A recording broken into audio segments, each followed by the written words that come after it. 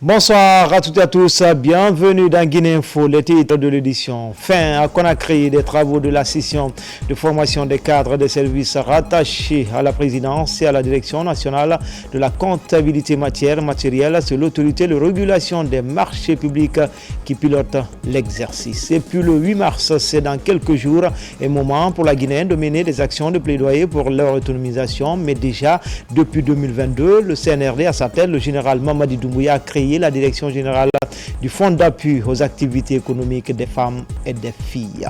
Enfin, l'université Kofi Annan de Guinée vient d'abriter la deuxième édition du concours d'émulation dénommé Choc des Intellos. La compétition regroupe 26 candidats, tous venus des établissements scolaires de Conakry.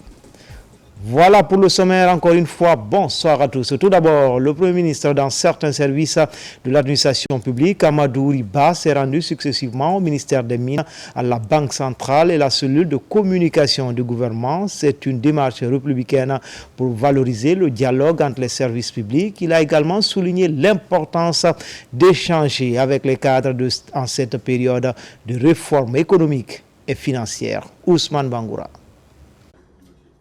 Au cours de cette rencontre entre le Premier ministre, chef du gouvernement, et Bouna Silla, ministre des Mines et de la Géologie, les échanges ont principalement porté sur les projets en cours dans le secteur minier, l'optimisation des ressources naturelles du pays et les initiatives visant à promouvoir une exploitation minière responsable et durable. À la Banque centrale de la République de Guinée, les discussions ont porté sur plusieurs volets de financement, de prêts et de mise à disposition du système de paiement des projets d'intérêt public dans le pays. Si vous regardez depuis le 5 septembre 2021, la monnaie guinéenne est la monnaie la plus forte au monde contre le dollar. Ça, tout le monde peut le vérifier. Pour être plus fort que la monnaie guinéenne, il fallait avoir du bitcoin, de l'or ou bien de l'argent. Mais retenez que la monnaie guinéenne se porte très très bien. Ainsi, pour un bon fonctionnement des services de collecte, d'épargne et de prêts, la BCRG joue un rôle de premier plan. On est engagé dans un vaste programme de réforme, tant sur le plan économique que sur le plan financier. Et vous savez que la Banque centrale concentre en son sein un capital en termes de ressources humaines que nous devons exploiter de manière beaucoup plus judicieuse. Il y a des hommes et des femmes pétri d'expérience et le gouvernement dans le contexte actuel, aussi bien pour les projets structurants comme le Simandou 2040 que pour les autres aspects de la réorganisation de notre pays, nous avons besoin de nous approcher de l'institution qui, de par son statut, c'est une institution indépendante, mais les ressources humaines et aussi les autres aspects qui lient la Banque centrale à l'extérieur nous commande de ne pas les ignorer, tout au contraire, de montrer l'indispensable nécessité de leur présence effective tant en termes de réflexion qu'en termes de proposition. Pour finir, le Premier ministre s'est aussi rendu dans les locaux de la cellule de communication du gouvernement. Là, le chef du gouvernement est largement revenu sur les fonctions qui incombent à cet organe de collecte, de traitement et de stockage sur les actions gouvernementales. Depuis des mois, nous étions en train de défricher les voies permettant à la cellule de communication du gouvernement d'être encore beaucoup plus opérationnelle qu'elle ne l'est à l'heure actuelle. D'où la nécessité d'assurer une harmonisation entre tous les acteurs. C'est l'une des raisons qui ont motivé aujourd'hui de passer les voir pour les réconforter, leur dire notre engagement à ce que la cellule sera accompagnée dans sa mission régalienne de donner une information objective, d'être au service de l'ensemble du gouvernement pour une communication gouvernementale la plus large, la plus objective, la plus équilibrée possible dans un contexte d'une année 2025 où vous savez qu'il y aura disons, des propositions et des informations partisanes que la presse, par sa nature, sera tenue de publier.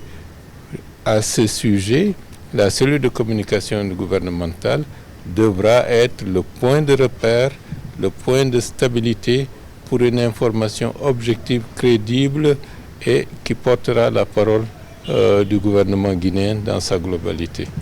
À travers cette visite, le chef du gouvernement réaffirme son engagement à maintenir une administration dynamique, ouverte et connectée aux réalités du terrain, tout en veillant à une communication institutionnelle efficace et accessible à tous. Le nouveau bâtiment de commandement de l'armée de l'air est désormais opérationnel. C'est une avancée majeure dans l'organisation et la coordination des activités du personnel. Un bijou architectural conçu pour optimiser le travail symbolise une véritable révolution dans la gestion des opérations. Pour marquer cette étape clé, le commandement a tenu sa première réunion avec les chefs de division et responsables des services de l'état-major. Adjudant-chef Oumar Kamara, il est correspondant de la presse militaire. Inauguré à l'occasion de la fête du 1er novembre 2024 par la hiérarchie militaire, le nouveau poste de commandement de l'armée de l'air vient d'être équipé de matériel répondant aux standards d'une administration moderne. Une réalisation rendue possible grâce au soutien du chef suprême des armées, le général d'armée Mamadi Doumbouya. Aujourd'hui, ce nouveau bâtiment accueille la première réunion de concertation du commandement avec les différents cadres et services de l'état-major. Objectif, évaluer les compétences, faire le point sur les travaux, réaliser, projeter les perspectives pour optimiser l'administration de l'armée de l'air. Cette réunion donc a pour but de faire un bilan des activités conduites par chaque entité, recueillir les besoins qu'ils ont, les suggestions et les demandes qui éventuellement peuvent découler, n'est-ce pas, de la conduite de leur activité. Faire en sorte que chacun puisse assurer sa mission ou ses attributions telles que cela est prévu par les documents. Entièrement financé par le budget national, ce nouveau siège de l'armée de l'air compte 52 bureaux, une salle de conférence et une salle des opérations. Le général de division aérienne, Yagouba Touré, a exprimé toute sa satisfaction quant à la qualité de cet édifice. C'est une révolution en ce sens que ça nous permet désormais de regrouper toutes nos entités directes au sein du même bâtiment. Ça veut dire qu'il est extrêmement important de maintenir le bâtiment en son état opérationnel et en permanence. Nous avons fait appel à une entreprise qui nous fait une prestation dans le cadre de la maintenance au quotidien de tous ces équipements. La réalisation de ces infrastructures au profit de l'armée de l'air marque une avancée significative dans le renforcement de ses capacités opérationnelles. Ces installations permettront aux forces aériennes d'assurer efficacement leur opération quotidienne en parfaite harmonie avec la vision de refondation de l'État prônée par le chef suprême des armées, le général d'armée Mamadi Doumbouya. Comme annoncé dans les titres, fin à Conakry les travaux de la session de formation des cadres des services rattachés à la présidence et à la direction nationale de la comptabilité matière et matérielle. L'autorité de régulation des marchés publics qui pilote l'exercice veut s'assurer de la bonne maîtrise des règles et procédures en matière d'achat public. Mamadi Ternaka Misoko. L'achat public a besoin d'encadrement et une bonne régulation offre des garanties de transparence et de bonne utilisation des ressources de l'État. Ces notions seront désormais inculquées dans la pratique au quotidien de ces cadres issus des services rattachés de la présidence et de la direction nationale de la comptabilité matière et matérielle. Ces 5 jours de session ont levé le voile sur tous les mécanismes liés à la passation de la commande publique. Très satisfaite en tant que participante. Et les échanges ont été vraiment instructifs sur les règles et procédures de la passation des marchés publics. Moi, je retiens que les règles sont basées en fait sur 4 principes, à savoir le principe de transparence, le principe de non-discrimination, le principe de l'égalité de traitement et le principe de la libre concurrence. Il faut essayer de mener vos amis au même niveau d'information pour qu'on ne connaisse pas les impairs qu'on a connus dans les procédures de passation des marchés publics. Vous voyez ce qui se passe devant la CRIEF. Je crois que cela n'aurait pas dû avoir lieu si on avait respecté les règles de procédure de passation des marchés publics. L'autorité de régulation des marchés publics ARMP, selon son mandat défini par le législateur, chapeaute le programme. La démarche s'inscrit dans une vision globale de transparence dans la gestion des affaires publiques. Au cours de ces derniers jours, vous avez eu l'opportunité d'explorer en profondeur les enjeux et les défis liés à la régulation des marchés publics, dans l'objectif de garantir une meilleure gouvernance, des marchés publics et des PPP, mais également de promouvoir la transparence, l'équité, l'efficacité dans nos processus d'achat public. Ces cadres des services rattachés de la présidence et de la direction nationale de la comptabilité matière et matérielle seront suivis d'autres gestionnaires de la chose publique. En ce début d'année, l'Agence de gestion et de recouvrement des avoirs saisis ou confisqués et son conseil d'administration unissent les efforts pour obtenir plus de résultats. Le budget 2025 est adopté pour faciliter à l'agence de bien mener ses activités en vue de lutter contre la corruption. N'est-ce pas, Tierno Younoussaba? C'est la première session du conseil d'administration de l'AGRASC de l'année. Les membres du conseil d'administration ont tout d'abord examiné l'exécution du budget 2024. À la lumière des débats, le CA l'a finalement adopté. Le deuxième point à l'ordre du jour a été consacré à l'examen et l'adoption du budget 2025. C'est une session spécialement consacrée à la présentation et à l'adoption du budget 2025. Mais avant, on a d'abord discuté de l'exécution du budget 2024. Tout s'est bien passé. Je crois que les administrateurs du CA ont compris et ont aidé l'AGRASC à asseoir le budget dans les conditions qu'il faut. C'est ainsi que nous nous réjouissons que tout commence par aller dans le sens du bien, dans le sens de la valorisation des objectifs et des missions assignées à l'AGRASC. Nous avons des défis, nous avons aussi des perspectives.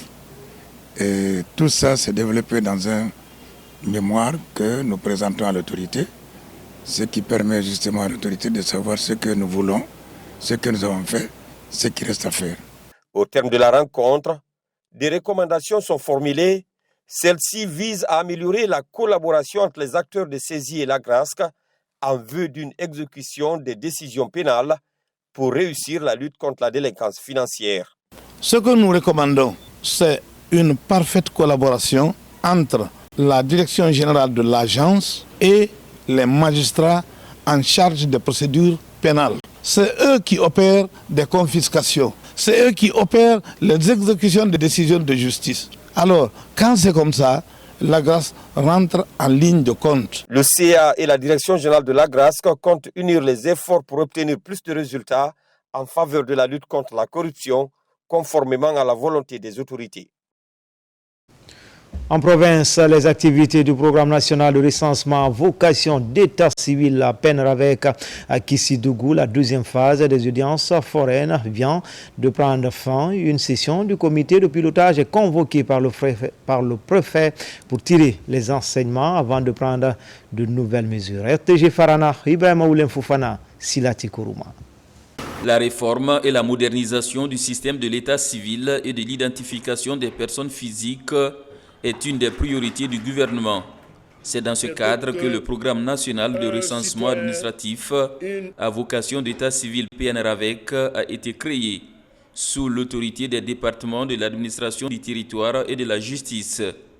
À Kissidougou, les activités vont bon train. En ce qui concerne la préfecture de Kissidougou, je vous exhorte d'envisager toutes les bonnes dispositions pour expliquer ce programme aux citoyens de vos localités respectives en vue de leur mobilisation pour des cartes d'identité biométriques. Lors des audiences foraines, les magistrats et les officiers délégués d'état civil se rendent vers les justiciables, qu'ils soient dans les communes urbaines ou rurales, pour délivrer des jugements supplétifs. Nous venons de sortir des audiences foraines à sa deuxième phase. Et suite à ça, le préfet a convoqué une session du comité préfectoral du suivi, au cours de laquelle il a été recommandé de faire une invite aux responsables locaux à la base pour échanger, pour tirer les enseignements des audiences foraines et les mécanismes appliqués pour les prochaines activités du PNRAVEC. À Kissidougou, ici, les audiences foraines, à 100%, ça s'est passé dans les meilleures conditions. Les acteurs impliqués, bureau préfectoral, tout le monde fait le suivi. À l'intérieur, les populations sont sensibilisées et que les gens adhèrent vraiment à l'idée par rapport au déroulement de ces activités. Et ça se passe dans les meilleures conditions. Durant cette session, les participants sont éclairés sur le sens du programme national de recensement administratif à vocation d'état civil. L'ensemble des acteurs sont donc invités à une implication effective afin de gagner le pari. Dans l'actualité également, à l'instar de leurs co-religionnaires, les fidèles chrétiens de Guinée entament ce mercredi 40 jours de jeûne et de pénitence. Le secrétaire général des affaires religieuses invite à bien mener ce combat spirituel avec des prières pour la paix et la cohésion sociale en Guinée. L'âge Karamo Diaora est au micro de Marwan Kamara et l'âge Soriba Bangoura. Chers chrétiennes et chrétiens de Guinée, chers compatriotes, ce 5 mars 2025, commencera votre marche vers Pâques, une période d'intense prière, de supplication, de rassemblement, d'aumône et de pardon. En cette grande occasion, j'ai l'honneur au nom de son Excellence, Monsieur le Président de la République, chef de l'État, le général d'armée Mamadi Doumbouya, et celui du Premier ministre chef du gouvernement, Monsieur Amadou Riba, de souhaiter mes vœux les plus sincères de carême à tous les fidèles chrétiens du monde et particulièrement à ceux et celles de la Guinée. Chers croyants et croyantes, les autorités gouvernementales et le peuple de Guinée comptent sur votre fervente prière en faveur du gouvernement, de la paix, de l'unité nationale, de la stabilité sociale et économique pour un développement durable. Bon carême à toutes et à tous. Que Dieu bénisse la Guinée et les Guinéennes. Je vous remercie.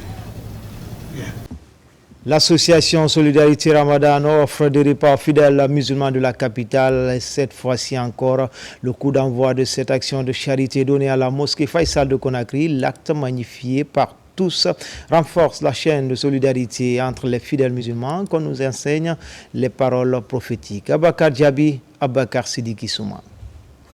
Le mois béni du Ramadan, un moment de pénitence, de communion, de partage et de sacrifice. Cet esprit de la religion musulmane pousse les bons samaritains à offrir de quoi manger aux personnes vulnérables durant tout le mois. Cette rupture collective du jeûne, organisée par l'association La Solidarité Ramadan Guinée, en est une illustration. Le ton de cet élan de solidarité est donné ici à la grande mosquée Faisal de Conakry. Nous, les organisateurs, venons de divers horizons. Peu importe où nous vivons, nos cœurs restent attachés à nos racines et à notre devoir envers nos frères et sœurs. Nous souhaitons exprimer notre reconnaissance la plus profonde envers son Excellence général de corps d'armée, Mamadi Doumbouya, dont le soutien a été un pilier fondamental pour la concrétisation de cette initiative. Cette initiative va se poursuivre parce qu'elle est soutenue par le chef de l'État, général Mamadi Doumbouya. C'est une démarche qui vise à offrir de la nourriture aux Guinéens pendant ce mois béni. Ce geste de charité va se dérouler durant tout le mois de Ramadan. Une manière de réaffirmer leur solidarité aux frères musulmans qui peinent à trouver la nourriture pendant ce mois d'intense dévotion à Allah. Au nom de Monsieur le ministre secrétaire général des Affaires religieuses, je remercie sincèrement les initiateurs de ce projet de rupture collective qui a un sens rassembleur, parce que qui parle de coupure de jeûne collective parle de l'union. La Solidarité Ramadan Guinée, cette association œuvre pour une cause noble. C'est pour ça que nous sommes là, pour l'accompagner. Parce que donner à manger à toute une population, presque, parce que 2000 personnes, 3000 personnes, 4000 personnes, c'est beaucoup. Cette initiative est soutenue par le gouvernement guinéen en vue de promouvoir les valeurs religieuses basées sur la cohésion sociale et le respect mutuel. Précédemment, ces initiateurs ont procédé à cette lecture du Saint-Coran pour implorer la grâce d'Allah en faveur de la réussite de la transition en cours en Guinée.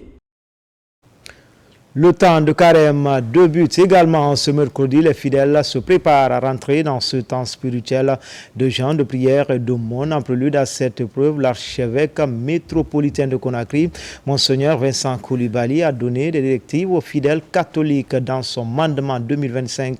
Il exhorte les fidèles à être des modèles et adopter les bonnes pratiques. Ces propos ont été recueillis par Antoine Makolé et Marie-Angélique Bangoura. Je souhaite à toutes et à tous un saint carême dans la perspective de très joyeuses fêtes de Pâques et que Dieu vous bénisse Au nom du Père et du Fils et du Saint-Esprit. Amen. Vous suivrez l'intégralité de cette déclaration dans l'émission En marche vers Pâques.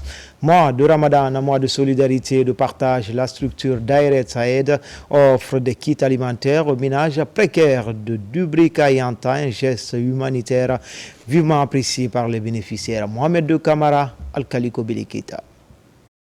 C'est une tradition pour Direct Aid depuis plus de 3 décennies d'accompagner les fidèles musulmans pendant chaque Ramadan.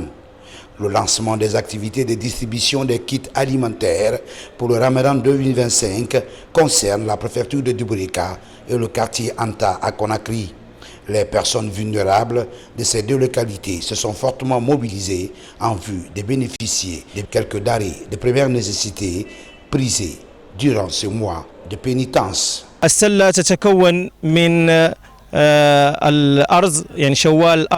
don est composé de 450 sacs de riz de 50 kg, 450 bidons d'huile de 5 litres d'une quantité importante, du sucre et du lait concentré. Nous intervenons en faveur des orphelins du centre également. Le but visé, lutter contre la famine en Guinée. À Dubrika, 450 kits ont été distribués, tandis qu'à Anta, 80 personnes ont bénéficié des denrées de grande consommation et une satisfaction pour les bénéficiaires. Vraiment, nous sommes très contents et nous demandons le bon Dieu à ceux qui augmentent leurs moyens pour aider. Et nous demandons encore aux autres ONG de venir faire comme Ama. Cette année aussi, on a réussi. Donc on est très contents aux agents ou bien aux sociétés qui ont amené cette denrée. Ce mois de solidarité est un moment choisi par Direct Aid, autrefois appelé Agence des musulmans d'Afrique, pour accompagner les musulmans nécessités à travers l'obtention de denrées alimentaires. Cérémonie de lecture du Saint-Coran Banco Oulada, elle est initiée par les opérateurs économiques originaires de cette contrée. Des prières et bénédictions ont été dites pour la paix et l'émergence de la Guinée. Cette retraite religieuse a été présidée par le ministre du Plan et de la Coopération internationale, lui-même originaire de cette localité. Mohamed Aïcha Silla, Marwan Kamara. Situé dans la préfecture cosmopolite de Dabola, Banco Oulada est une cité religieuse par excellence. Cette localité, très ancrée dans la tradition musulmane, a rassemblé ses fils résidents et ressortissants. Une grande mobilisation pour un mois de lecture du Saint-Coran. Des prières et bénédictions pour la paix et la quiétude sociale, conditions essentielles pour amorcer le développement. Banco est très croyant. Depuis le premier jour, le 5 septembre, nous avons cru au destin et nous avons soutenu le général Mamadi Doumbouya. Et depuis qu'il est arrivé, il a montré à la population guinéenne, il a montré aux Guinéens que ce n'est pas pour ne rien. Dieu l'a choisi pour être le président de la République. Le président de la République, il aime les femmes parce que dédier son mandat aux femmes, parce qu'il sait que c'est la femme qui peut développer. Il sait que c'est la femme qui peut mobiliser. Il sait que c'est la femme qui peut donner de l'énergie aux hommes, aux autres pour développer ce pays, pour que cette vision 2040 soit une réalité. Que le Guinéen aussi dise que non, nous n'avons pas besoin d'aller ailleurs. Nous restons dans notre pays, nous restons parce que nous avons tout. L'événement a été marqué par une large participation des populations des 33 villages de Oulada, témoignant de leur profond attachement à l'élan de développement impulsé par le président de la République, le général d'armée Mamadi Doumbouya. Aujourd'hui, nous sommes venus représenter son Excellence, Monsieur le Président de la République, le chef de l'État, le général Mamadi Doumbouya. Nous sommes venus pour vraiment faire le khatim, pour la paix, pour la sécurité, mais aussi le bien-être de notre chef de l'État. Après la lecture du Saint-Coran, il y a aussi des sacrifices. Il y a à peu près 33 bœufs qui composent les 33 villages de Oulada qui vont être égorgés pour la stabilité, pour la paix et le développement du pays. Depuis le 5 septembre, notre pays a changé des modes de gouvernance et de paradigmes. Les discours et les discussions sur le plateau ont laissé place aux actions concrètes du terrain. Donc l'activité de Banco aujourd'hui est la résultante et une réponse à ces actions concrètes que les populations remarquent de jour en jour à travers tout le pays.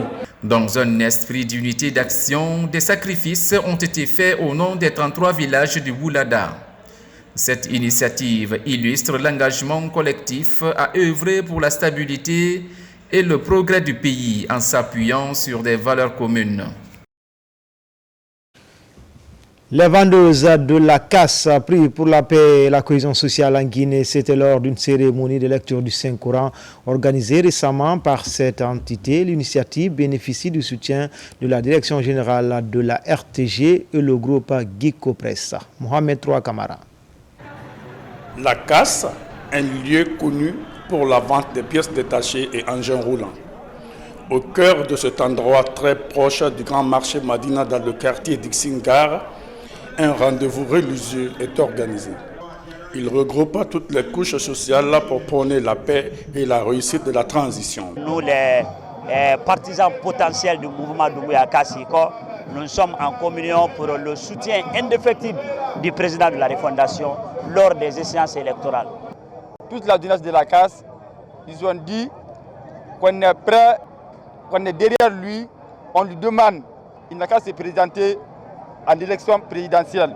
C'est tout ce que la dynastie de la casse demande. Parmi les grands soutiens de ces retrouvailles religieuses, la directrice générale de la RTG. Dans cette démarche solidaire, Makeme Bamba est en collaboration avec le groupe Guico Press, soutenu par les membres de la Fondation KPC pour l'humanitaire, fortement mobilisés pour la même cause.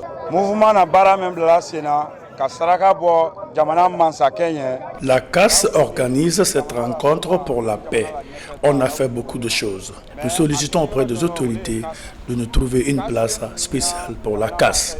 Je pense que la mission est accomplie et la vision de Kerfala Kamara qui consiste à investir tout ce qui va dans le cadre de la paix, du dialogue social et de l'acceptation de tous les Guinéens. En cette période de pardon et de pénitence, plusieurs bénédictions sont formulées pour que règne le vivre ensemble, la paix et la cohésion sociale. Un nouvel engagement bénéfique pour le pays et ses fils. Dans les universités, camps militaires de la 3e région militaire de Kankan, le contenu de la résolution 1325 du Conseil de sécurité des Nations Unies est révisité pour prôner une paix durable. Cette initiative du ministère de la promotion féminine pour impliquer davantage la couche féminine dans ce combat. Diamokaba. À l'université de Kankan, une journée de sensibilisation est organisée pour informer les étudiants sur la résolution 1325 du Conseil de sécurité des Nations Unies. Femmes, paix et sécurité au cœur des débats pour engager la couche féminine à jouer pleinement son rôle. Le programme est porté par la Direction nationale de la promotion féminine de Djara pour la consolidation de la paix et la défense des droits des femmes. Hier, nous étions avec les étudiants de l'université de Kankan et aujourd'hui, nous sommes avec les forces de défense et de sécurité. C'est pour les amener à comprendre que les Nations Unies exigent à ce que chaque État parti aux Nations Unies implique les femmes dans le processus de prévention de la paix et dans la consolidation, bien évidemment. Dans cette formation, que la participation de la femme est très importante, surtout dans des organisations internationales. Et aussi, nous sommes informés, c'est-à-dire les fonctionnements des organisations internationales. Les messages s'intéressent également aux forces de défense et de sécurité de la 3e région militaire de Kankan. Le contenu de la résolution 1325 du Conseil de sécurité des Nations Unies est révisité pour mieux édifier ces acteurs clés du maintien de la stabilité. Des ambitions communes sont partagées pour prôner une paix durable. Les forces de défense et de sécurité sont avant, pendant et après tout ce qui est paix et sécurité. Donc c'est pour dire qu'une fois de plus, c'est intéressant que les forces de défense et de sécurité soient impliquées dans la sensibilisation, particulièrement les femmes. À l'issue de ces rencontres, les initiateurs espèrent désormais la participation des populations aux opérations de consolidation de la paix pendant et après les crises humanitaires. Autre titre de l'actualité, le 8 mars, c'est dans quelques jours un moment pour la Guinéenne de mener des actions de plaidoyer pour leur autonomisation, mais déjà depuis 2022, le CNRD à sa tête, le général Mamadi Doumbouya a créé la direction générale du Fonds d'appui aux activités économiques des femmes et filles. Aujourd'hui, plus de 1000 femmes ont été accompagnées par cette structure. Explication, Mohamed De Camara, Alkaliko Bilekita.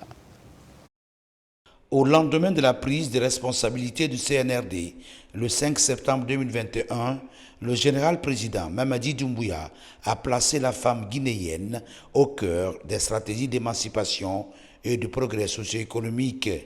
La création du fonds d'appui aux activités économiques des femmes et filles traduit l'importance accordée à la contribution active des femmes au développement du pays. Le FAEF, dernière née des directions au ministère de la promotion féminine, a plusieurs missions dont la principale est la mobilisation des ressources en vue d'appuyer les activités économiques des femmes. Notre mission, c'est également renforcer les capacités des femmes entrepreneurs. C'est également permettre aux femmes d'accéder à des crédits et à des prêts et aussi les aider au niveau des financements, le montage de business plans jusqu'à ce qu'elles puissent aboutir à un prêt. 2 ans et demi après sa création, le FAEF a accompagné un nombre important de projets en faveur de la gente féminine guinéenne. Aujourd'hui, plusieurs parviennent à tirer les épingles du jeu. À date, nous avons accompagné près de 1000 femmes directement, sans compter les groupements. Je ne parle pas des groupements, mais surtout les femmes entrepreneurs. Nous avons accompagné les femmes sinistrées de Kaloum à hauteur de 600 millions. Nous avons également accompagné les Sarémati, disons, on va dire les vendeuses ambulantes, sur l'axe Kaloum 36. Ce que nous avons fait avec elles, nous les avons formées, renforcé leur capacité en gestion financière parce qu'elles n'avaient aucune notion de la gestion financière et nous avons mis à leur disposition des montants de 1 à 5 millions. Elles étaient au nombre de 300, donc elles ont pu ouvrir les comptes et aujourd'hui ça a beaucoup changé leur façon de travailler. Nous avons également, à travers Madame la ministre, Madame Charlotte Daffé, fait un partenariat avec Orange Microfinance. Et avec Orange Microfinance, nous avons accompagné les femmes pour un montant de 4 milliards 400 millions de francs guinéens.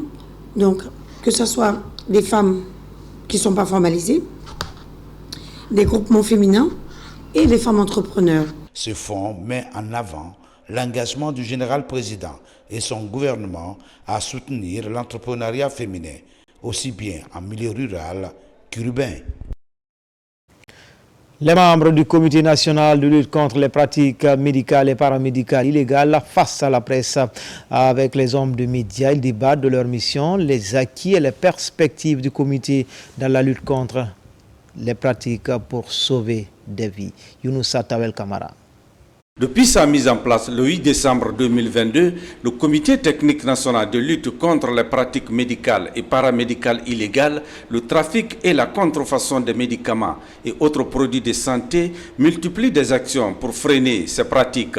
Au cours de cette conférence de presse, il est question d'expliquer aux hommes des médias la mission, les acquis et les perspectives de ce comité national mis en place par les autorités. Avant l'arrivée de cette équipe, il y avait un embouteillage au niveau des documents, des demandes, de l'analyse des demandes.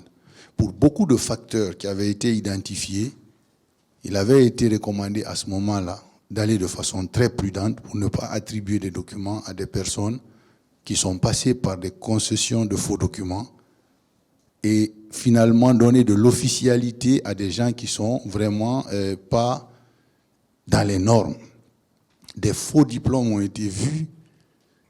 Des fausses attestations d'inscription à des ordres professionnels aussi ont été identifiées. Mais je peux vous garantir que le sérieux a pris la forme qu'il faut. Tous contre les pratiques médicales et paramédicales illégales, c'est le slogan de cette nouvelle campagne enclenchée par le comité sous la tutelle du ministère de la Santé et de l'Hygiène publique.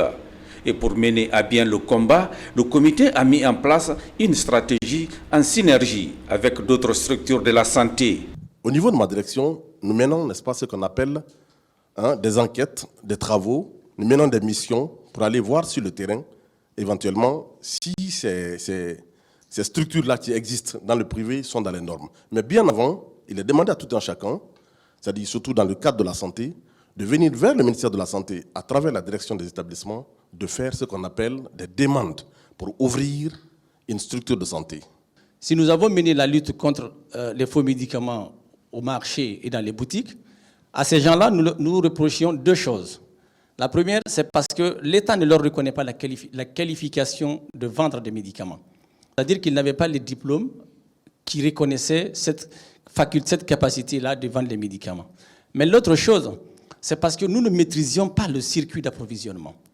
Et la maîtrise du circuit d'approvisionnement, c'est la seule chose qui nous permet d'attester la qualité de ce qu'ils apportent. Le comité compte poursuivre sa mission d'identification et de fermeture des structures médicales et paramédicales illégales ou non conformes à Conakry et à l'intérieur du pays. Une croisade qui bénéficie de l'appui des forces de défense et de sécurité, notamment la gendarmerie et la police. Le ministère de la Santé, à travers la Direction nationale de la pharmacie et du médicament, s'emploie à équiper les structures sanitaires et à mettre à disposition des médicaments de qualité. C'est dans cette dynamique que la préfecture de Guéguédou vient de bénéficier d'un important lot de médicaments. Lancé Kamisoko, Mohamed Lamine Diallo. Destinés aux structures sanitaires de la préfecture, ces lots de médicaments sont réceptionnés à la direction préfectorale de la santé de Guéguédou, offerts par le ministère de la Santé et de l'Hygiène publique à travers la direction nationale de la pharmacie et du médicament. Cet appui va non seulement faciliter le travail du personnel dans la prise en charge des patients, mais aussi favoriser l'accès des populations aux produits de qualité et à moindre coût. Nous sommes dans l'esprit du CNRD, c'est dans le cadre de l'appui à la prise en charge des malades dans nos communautés. Donc ce sont ces kits que vous voyez, il y a un grand stock au magasin. Ça c'est juste une représentation. Tout ça là c'est l'appui du président de la République pour la communauté de Guéguédou. Monsieur le représentant de la présidente, voilà ce qui est venu. C'est par toi que je dois contrôler ça. Donc avant que je te contrôle, il faut contrôler ici. Je déclare que vraiment les produits sont arriver à Guéguédou à bon port. Dans les établissements hospitaliers bénéficiaires, les patients se frottent déjà les mains. Des sentiments de reconnaissance se dégagent en faveur de la gouvernance CNRD à travers le ministère de la Santé et de l'Hygiène publique. Nous tenons à remercier le président Mamadi Doumbouya pour tout ce qu'il a fait pour la préfecture de Guéguédou, l'hôpital central. Et nous remercions aussi le DH d'ici et les médecins qui prend soin des malades. Très bien, on nous donne les médicaments. Cet appui de la Direction nationale de la pharmacie et du médicament est le témoignage éloquent de l'engagement du département de la santé à concrétiser la politique sanitaire ambitionnée par le président de la République, le général d'armée Mamadi Doumbouya. Toujours la région forestière, la nouvelle directrice du Centre national de documentation a récemment effectué une visite de prise de contact avec les travailleurs du centre régional. Cette rencontre de Nzirikouré vise à impulser une nouvelle dynamique dans la gestion et la diffusion des informations environnementales. Mohamed Saloupaï, Mohamed Lamine Diallo. Cette visite s'inscrit dans la volonté du gouvernement de renforcer la gestion des données environnementales et de promouvoir l'éducation écologique en Guinée forestière à travers la collecte, le traitement, le stockage et la diffusion des informations relatives à l'environnement et au développement durable des Monemba et de la région forestière. Le Centre national de documentation environnementale est né de la fusion de 4 centres régionaux qui existaient, notamment le CREDEJ que vous avez ici. Il y avait le CREDEL à Labé, on avait le CREDEB à Kindia et le CREDEC à Kankan. Donc ces 4 centres ont fusionné pour donner le Centre national de documentation environnementale dont le siège est à Kindia. Depuis qu'on a fait la fusion, c'est la première fois que la directrice vient ici pour une visite de consultation. Je vois que l'échange a été vraiment fructueux parce qu'on a édifié depuis qu'on a fait la fusion les acquis que l'État a eu et les avantages que le nouveau centre, comme vous voyez le nom, que le nouveau centre va avoir. Donc, il nous a vraiment édifiés. Cette première visite de la nouvelle directrice générale du Centre national de documentation environnementale a permis d'exposer sur les défis majeurs auxquels les cadres sont confrontés, notamment le manque de matériel, l'accès limité aux ressources documentaires et la nécessité d'une meilleure structuration du travail de recherche. C'est de connaître le centre et discuter avec les cadres qui sont là par rapport aux réalités du centre et aussi que le personnel sache que désormais ce CND là, c'est la fusion de 4 centres régionaux, pas seulement Zérékoré, mais Kankal, Labé et Kindia. À travers cette visite, la nouvelle équipe dirigeante entend mettre en place des actions concrètes pour améliorer les conditions de travail et renforcer la capacité du centre à répondre aux enjeux environnementaux de la région forestière. L'ambassadeur de France en Guinée vient d'effectuer une visite à l'Institut supérieur des arts Mori Kanté de Dubreka, une visite qui a été marquée de discussions sur les enjeux culturels et éducatifs ainsi que d'intentions de partenariat visant à renforcer les liens dans le domaine de la formation artistique. Commentaire Mamadou Saliouba. Reconnu dans la formation dans divers domaines artistiques, l'Institut supérieur des arts Mori Kanté de Dubreka a su se positionner ces dernières années comme une institution incontournable dans la promotion de la culture guinéenne. La visite de l'ambassadeur de France s'inscrit dans un contexte d'exploration, d'approche de coopération culturelle et éducative entre les deux pays. Ce rapprochement vise surtout à favoriser les échanges artistiques et à offrir de nouvelles opportunités aux étudiants de l'Institut. J'ai tenu à venir aussi dans ce haut lieu de la culture, dirigé par le formidable directeur, pour compléter ce tour des universités publiques et de voir comment on peut accompagner cette énergie qu'on sent dans ces universités, dans ces lieux de savoir. Et c'était très émouvant puisque les étudiants qui sont en train d'obtenir leur diplôme ont proposé un spectacle. J'ai pu voir à la fois de la musique, de la danse contemporaine, du théâtre.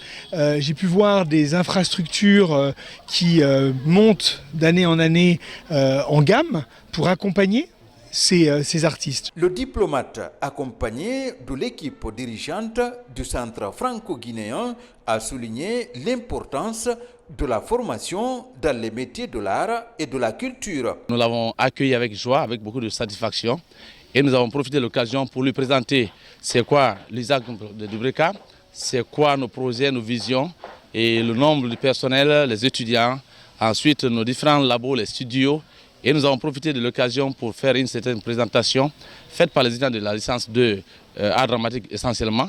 La visite de l'ambassadeur de France à l'Institut des arts Mori Kanté de Dubreka représente une étape importante dans la construction des liens solides entre la France et la Guinée dans le domaine culturel.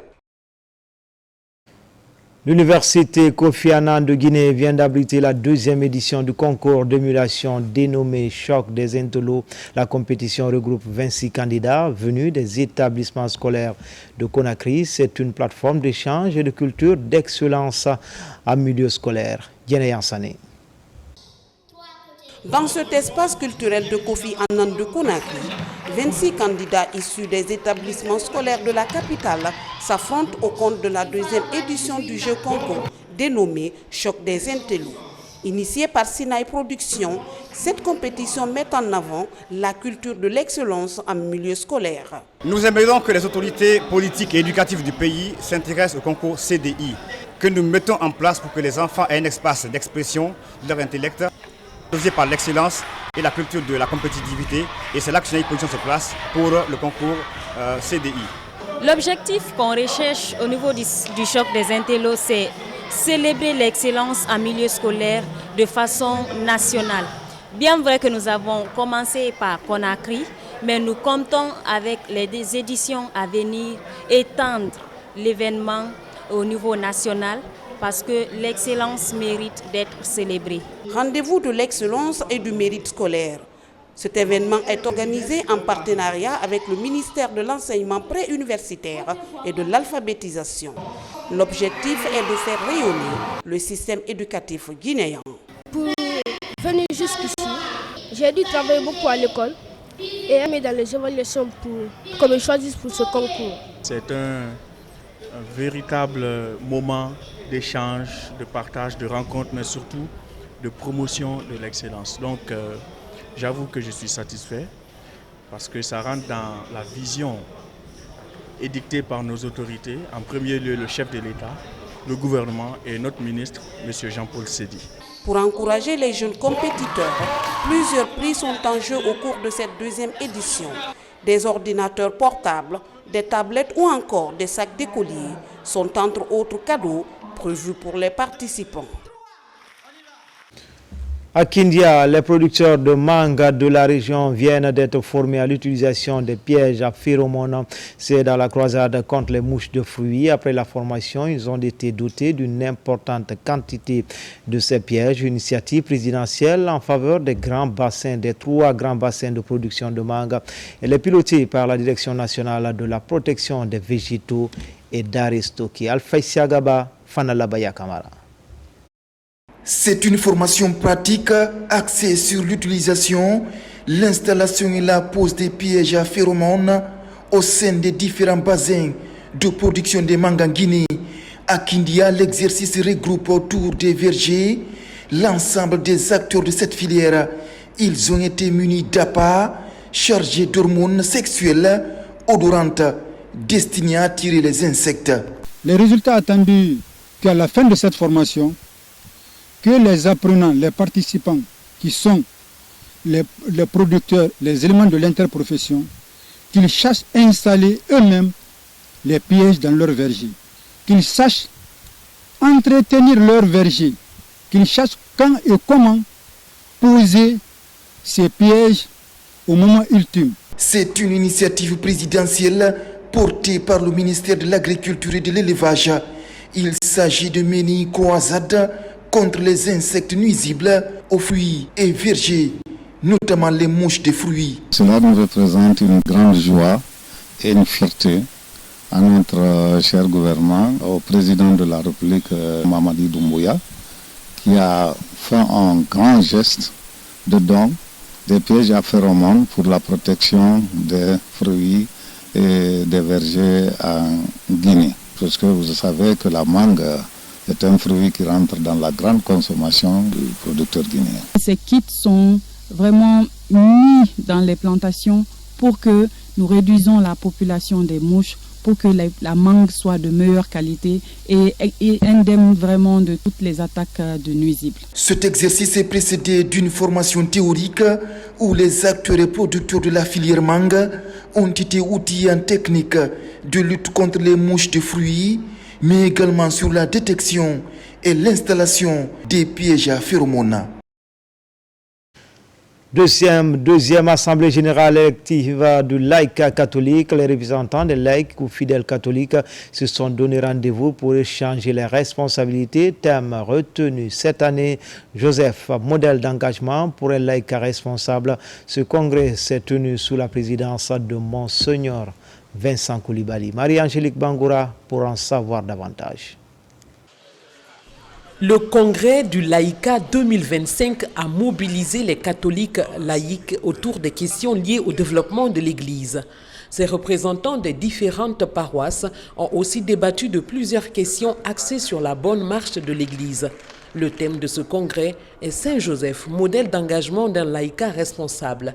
Avec ce thème, l'Église veut ressortir la responsabilité de Saint-Joseph en tant qu'un bon époux et en même temps au service de l'Église. Le rôle que l'Église veut faire ressortir dans cette communication, c'est d'abord demander aux laïcs en tant que membres à part entière de l'Église de prendre à bras le corps le fonctionnement de l'Église, de participer activement à la bonne marche de l'Église. Comme le dit le Père Vieira, l'Église en Guinée est une église du laïcat. C'est les laïcs, les premiers qui ont porté le message de l'Église dès le départ à Bofa. Et le 17 février 1875, Jean-Jacques Cartier, au nom de ses frères, a adressé une lettre aux missionnaires pour qu'ils viennent en Guinée. Le congrès est présidé par les pères évêques. La rencontre entend donner plus de visibilité à la mission assignée à chaque membre de l'Église, ce qui pourrait favoriser une parfaite collaboration avec les prêtres et leurs fidèles. Pour vivre dans l'Église et une famille, il faut la connaître. Si vous ne la connaissez pas, vous allez vivre dans l'Église comme on vit dans une ONG, comme on vit dans un service de l'État. Vous allez tout niveler. Et là, ce n'est pas bon. Donc, encore une fois, cherchons à nous former pour mieux connaître l'Église. Des évêques, dans l'objectif de la promotion de la foi, prêtres et laïcs devraient aussi partager la mission et créer l'amour afin de bâtir ensemble une Église vivante et dynamique.